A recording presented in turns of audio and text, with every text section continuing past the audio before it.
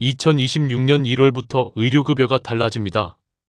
가족 때문에 의료급여가 막혔던 분들, 부양비가 폐지됩니다.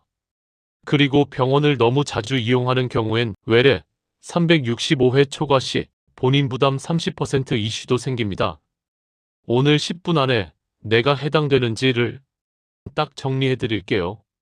안녕하세요. 장수거북TV입니다. 오늘은 2026년 1월부터 바뀌는 의료급여 핵심 변화 두 가지를 어르신과 가족분들이 헷갈리지 않게 아주 쉽게 정리해 드리겠습니다. 첫째는 의료급여 부양비 제도 폐지, 둘째는 외래진료 365회 초과 시 본인 부담 30% 적용 이슈입니다. 중요한 건 이 두 가지는 방향이 다르다는 겁니다. 부양비 폐지는 자격 문턱을 낮춰서 필요한 분이 더 혜택을 받을 수 있게 하는 변화고, 365회 본인 부담 이슈는 외래를 지나치게 많이 이용하는 경우를 관리하는 제도입니다. 지금부터는 어려운 말 빼고 내가 해당되는지, 그리고 무엇을 확인해야 하는지만 말씀드릴게요. 먼저 아주 중요한 전제부터 확인하겠습니다. 오늘 내용은 건강보험이 아니라 의료급여 이야기입니다. 의료급여는 저소득층 의료안전망 제도입니다. 내가 의료급여인지 건강보험인지 헷갈리면 가까운 주민센터에 전화해서 이렇게만 물어보세요. 제가 의료급여 수급자인가요? 이 한마디면 확인됩니다. 자, 첫 번째 변화. 의료급여 부양비가 폐지됩니다. 부양비가 뭐냐? 쉽게 말하면 이런 겁니다. 가족이 실제로 돈을 안 보내줘도 계산할 때는 가족이 생활비를 보태주는 걸로 가정해서 그 가상의 소득을 내 소득처럼 잡는 방식이 있었습니다. 그래서 현장에선 이런 일이 많았습니다. 자녀가 있어도 형편이 어렵거나 실제로는 지원을 거의 못 받거나 연락이 끊긴 경우도 있죠. 그런데도 서류상 가족이 있다는 이유로 가족이 도울 수 있다고 본다는 방식으로 계산되어 의료급여 대상에서 탈락하는 경우가 생겼습니다. 그런데 2026년 1월부터는 이 부양비 제도가 폐지됩니다. 즉, 실제로 받지도 않는 가족 지원을 받는 것으로 계산해서 의료급여가 막히는 불합리가 줄어들 수 있다는 뜻입니다. 여기서 오늘 영상의 첫 번째 핵심 포인트.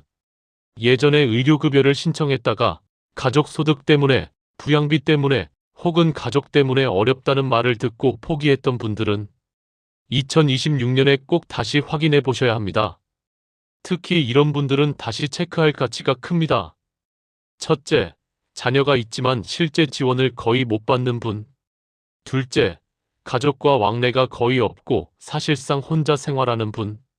셋째, 과거에 주민센터에서 가족 때문에 어렵다라는 말을 들었던 분. 이런 분들은 예전엔 안 됐어도 지금은 될 수 있습니다. 그럼 질문이 나오죠. 그럼 자동으로 의료급여가 생기나요? 대부분은 자동으로 바뀌지 않습니다. 확인하고 필요하면 신청 절차를 다시 밟아야 합니다.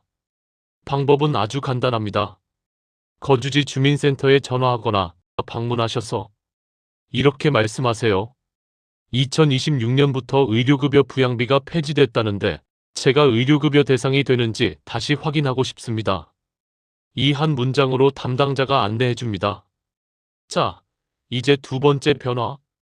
외래진료 365회 초과 시 본인 부담 30% 적용 이슈입니다. 이 문구만 보면 깜짝 놀라죠? 병원 자주 가면 돈 폭탄 맞는 거 아니야? 고혈압, 당뇨 때문에 매달 가는데 어떡해? 이런 걱정이 생깁니다. 그래서 여기서는 오해 없이 정확히 그리고 쉽게 말씀드리겠습니다. 이 제도는 의료급여 수급자 중에서도 외래 진료를 매우 많이 이용하는 경우를 관리하기 위한 장치입니다. 기준은 1년 외래 진료 이용 횟수 365회입니다. 그리고 365회를 초과하는 시점부터 그해 12월 31일까지 초과된 외래 진료에 대해 본인 부담률 30%를 적용한다는 내용입니다. 여기서 핵심은 딱 두 가지입니다. 첫째, 365회는 1년에 365번이라서 거의 매일 외래를 가야 나오는 수준입니다. 둘째, 모든 사람이 대상이 되는 게 아닙니다. 대상은 매우 제한적일 것으로 안내되고 있습니다. 즉, 대부분의 어르신은 해당이 아닐 가능성이 높습니다. 그리고 중요한 예외 안내도 있습니다. 취약계층은 적용 대상에서 제외되어 기존 본인 부담 수준을 유지한다고 설명되는 부분이 있습니다. 예를 들면 산정특례 대상, 중증장애인, 아동, 임산부 같은 분들은 이 본인 부담 차등 적용에서 제외될 수 있다는 취지입니다. 또 의학적으로 꼭 필요하다고 인정되는 경우에는 심의를 거쳐 예외를 인정하는 장치도 안내되어 있습니다. 그럼 365회는 어떻게 세느냐? 이 부분이 헷갈릴 수 있는데 안내 내용상 외래 진료 횟수는 외래 방문 중심으로 계산되고 매년 1월 1일부터 새로 카운트가 시작됩니다. 즉 2026년 1월 1일부터 다시 0회에서 시작해서 그 해의 외래 진료가 365회를 초과하면 그때부터 적용되는 구조라고 이해하시면 됩니다. 또 하나, 정부는 미리 안내하겠다는 책에도 함께 설명했습니다. 외래 진료 횟수가 180회, 240회, 300회를 넘을 때마다 안내를 하고 300회가 넘는 경우에는 의료급여관리사가 집중 사례 관리를 통해 건강상태 확인과 적정 이용을 돕겠다는 내용입니다. 자, 그러면 우리는 여기서 뭘 하면 되느냐? 겁먹을 필요는 없고 대신 정리된 이용이 필요합니다. 만성질환으로 병원을 자주 다니는 분들은 이 세 가지만 체크해 보시면 도움이 됩니다. 첫째, 여러 병원을 여기저기 다니며 같은 약을 중복 처방받는 일이 없는지 점검하기. 둘째, 가능하면 주치의를 정하고 필요한 검사와 처방을 한 번에 정리해서 불필요한 방문 횟수를 줄일 수 있는지 상담하기. 셋째, 내가 의료급여라면 공단이나 주민센터에 외래 이용 횟수 안내는 어떻게 받나요? 이것만 물어보셔도 도움이 됩니다. 현실적인 말씀 하나 드릴게요. 어르신들 중에는 불안해서 병원에 자주 가는 분이 있습니다. 그런데 중요한 건 자주 간다가 아니라 왜 가는지 기록이 정리돼 있는지입니다. 같은 증상으로 여러 곳을 다니면 기록이 쌓이지 않고 검사만 반복되는 경우도 생깁니다.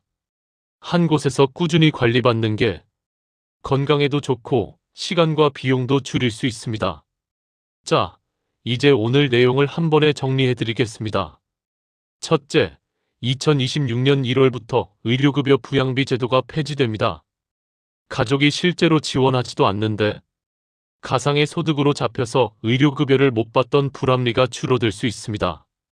과거의 가족소득, 부양비 문제로 탈락했던 분은 2026년에 꼭 다시 확인해 보세요. 둘째, 2026년부터 의료급여 수급자 중 외래 진료가 연 365회를 초과하면 초과분에 대해 본인 부담 30%를 적용하는 제도가 시행됩니다. 다만 대상은 매우 제한적일 것으로 예상되고 일부 취약계층은 제외될 수 있으며 필요시 예외 인정 절차도 안내되어 있습니다. 또 180회, 240회, 300회 구간에서 미리 안내하는 책에도 함께 설명되어 있습니다. 장수거북TV는 어르신 복지 정보를 가장 쉬운 말로 정리해서 놓치면 손해보는 정보만 콕 집어드립니다. 구독과 좋아요, 알림 설정까지 해두시면 새 제도 바뀔 때 바로 받아보실 수 있습니다. 시청해주셔서 감사합니다.